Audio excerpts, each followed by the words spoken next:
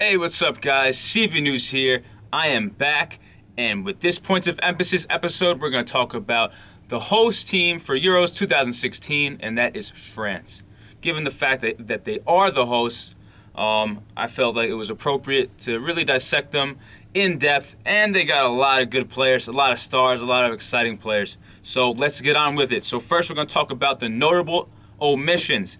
They got two players that obviously would represent them, but due to various reasons, some embarrassing, others due to just the nature of sport, they can't be there. So Karim Benzema, due to alleged sex tape blackmailing scandal, has fallen out of the graces of the French Football Federation and of head coach Didier Deschamps. Political reasons, and due to the fact of this alleged blackmail reason, this blackmailing, stuff that teams, in terms of public relations, they just want to stay away from. Rafael Varane, though, on the other hand, he's dealing with a thigh injury. Both players are very good, and both players will be sorely missed. Anyway, we're going to start where France is undoubtedly at their strongest, and that is their midfielders. Okay, we're going to start with Paul Pogba, the Juventus number 10, who is so exciting to watch.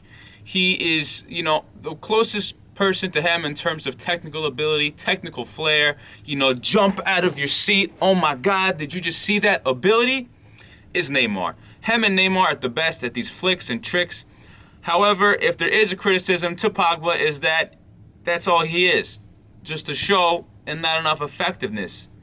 Flair and not enough substance.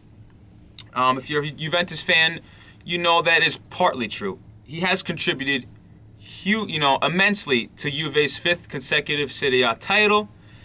He's gotten better at that number 10 role, obviously early in the season. Arturo Vidal's absence, Andrea Pirlo's absence, those two players leaving. He had to adjust to a new role and to key players leaving, and it affected his output. But make no mistake, this player is very good. And if you saw that assist he did to Olivier Giroud from midfield, that perfect cross right to Giroud, then this is a good player. He might have some hype attached to him, but he is a good player. All right, 2, we're going to go with Conte. N'Golo Conte. I think that's how you pronounce his first name. I hope I'm not incorrect. Conte. He had a great first season at Leicester City, won the Premier League. Pundits, applauded him for his great work rate, defensive efforts. This guy had 149 tackles, a season record. It got him on the PFA Team of the Year, and rightfully so. This guy is a tremendous modern midfielder, where in modern, build-up, attacking qualities, defensive qualities, endurance, work rate. That is the modern midfielder. You have to do all those responsibilities in today's game, and Conte is that guy. He's really good. Now, for 3, we have Blaise Matuidi. It's really easy to overlook Matuidi in PSG's lineup because there's so many stars like Zlatan, Di Maria, Verratti, Thiago Silva, but make no mistake, Matuidi is very good. He has a lot of pace. If there is, criticism, pointed in his direction, it's that he doesn't use those pacey, athletic qualities to help his team on the score sheet. Now, while that may be true, Deschamps likes him a lot, and he will be given plenty of minutes to prove himself, and I believe he will. All right, next we're going to go to France's forwards.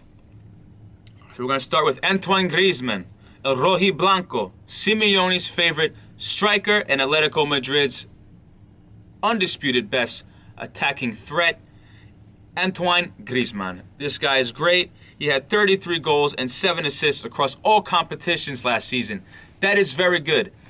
And he has a lot of pressure on him to perform in France, and rightfully so. He had a great season. All right, 2, Olivier Giroud. All right, this guy is pretty much in the great graces of the French supporters, and then he just is hated. Why?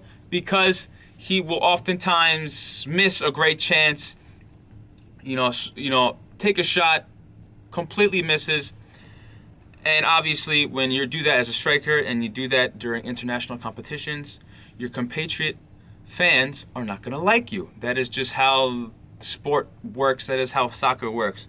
But he is good enough to make the team, and he will undoubtedly have a lot of minutes. Will he stay there as the tournament goes on? I don't know. But he will likely be France's go-to central forward. 3. Anthony Martial. If you're a Manchester United fan, you know all about this guy because he had a breakout season and is one of the really maybe 2 or 3 things that you can say was actually positive from your season, and that is because this 20-year-old player has a lot of promise, has a lot of potential, and this champs likes him. You know, he hasn't scored a goal for France yet, but you know what? He will. He will this tournament. Make no mistake.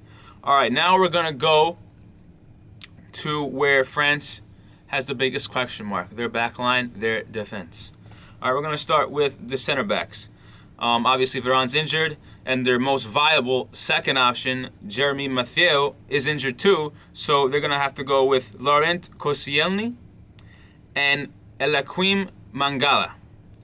Now, these 2 center backs aren't bad. They have great tactical IQ. They read the game well, but they're not France's go-to options per se. Well, Laurent is, but Mangala isn't. And in addition to their center back question marks, their fullbacks Patrice Evra and Bakary Sagna, although not bad fullbacks at all, are getting old. Evra is 35. Sagna is 33. They're still good going forward. They're decent on the back foot when they have help of the midfielders. They're good at reading the game when they have their midfielders helping them. But in one-on-one situations, their speed is going down, and that might be a problem for them. All right, verdict. Either Germany or France is going to win this competition, but I believe France will definitely make the final. Obviously, they're host nation. They're going to get a boost from their fans. But you know what? They're really good on paper. They got a lot of good qualities. To me, the deciding factor is going to be, can they have a striker that consistently scores goals, and can their midfielders bring it every game? Because if their midfielders bring it every game, guys like Conte, Pogba, Matuidi, they will dominate games based on just that fact alone, that they will control the middle of the pitch. Conte will win a ball, Matuidi will help build up, and Pogba will create a decisive pass. If they do these things, they will win, undoubtedly. Okay, I got an article where I go in depth on all these things in the description below. Also, don't forget, if you don't want to hear me talk about soccer for X amount of minutes, I have time codes for all the talking points in the description. So if you just want to talk about the defenders, the team's strength, the team's weaknesses, if you just want to talk, hear, watch, listen to me, for those parts only, go to the description. And don't forget to follow me on Twitter at @C_V_news. And folks, in addition to the Euros 2016, we have a great competition here in the Americas, the Copa America 2016, in my home nation, the United States of America. That's a great competition. You should watch that too. I will see you later.